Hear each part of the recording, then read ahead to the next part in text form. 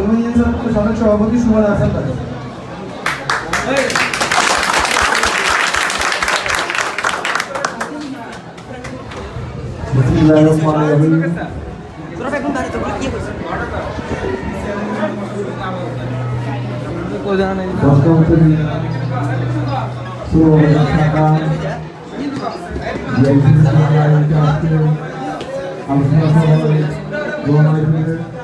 সম্মানিত সভাপতি মন্ত্রী দশম শ্রেণী বিএনপি সংগ্রামী সভাপতি অ্যাডভোকেট জীবনী মঞ্চ প্রতিষ্ঠ দশম শ্রেণী বিএনপি সংগ্রামী সম্পাদক জনাবুল আলম সহ অন্যান্য অঙ্গ সংগঠনের নেতৃবৃন্দ সবাইকে আমার আসসালামু আলাইকুম।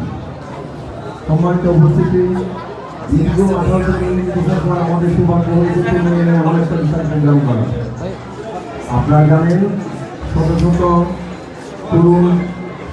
তরুণের ভারের বিনিময়ে আজকে আমরা এই স্বাধীনতা অর্জন করেছি।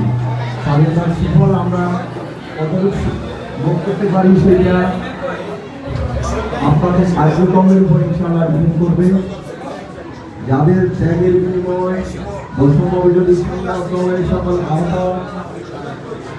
নিহত এবং পঙ্গু সকলের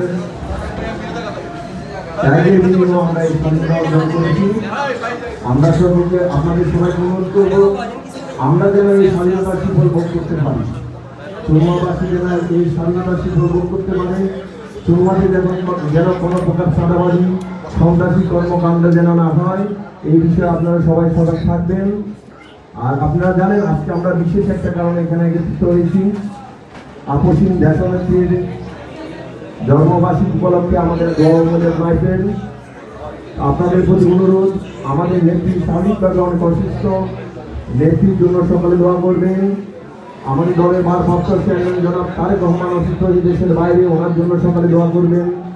এবং আপনাদের সুশৃঙ্খল কার্যক্রমের মাধ্যমে যেন আমরা আগামীতে একটি সুস্থ শান্তিপূর্ণ নির্বাচনের মাধ্যমে যেন বাংলাদেশ জাতীয়তাবাদী দল বিএনপি আগামীতে দেশের সেবা করার সুযোগ পায়, সেই জন্য আপনারা সবাই কাজ করবেন।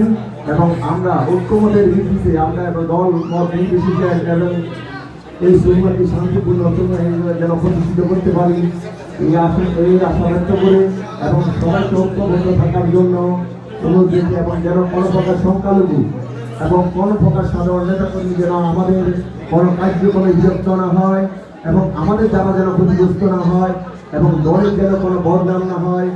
আমরা এই বিষয়গুলো খেয়াল রাখবো। এই আশাবাদ ব্যক্ত করে আমি আমার বক্তব্য শেষ করলাম। আল্লাহ হাফেজ। বাংলাদেশ জিন্দাবাদ, বাংলাদেশ জাতীয়তাবাদী বাংলাদেশ জাতীয়তাবাদী দল বিএনপি জিন্দাবাদ, দেশনীতি বেগম খালেদা জিয়া জিন্দাবাদ, জনাব তারেক রহমান জিন্দাবাদ, শহীদ প্রেসিডেন্ট জিয়াউর রহমান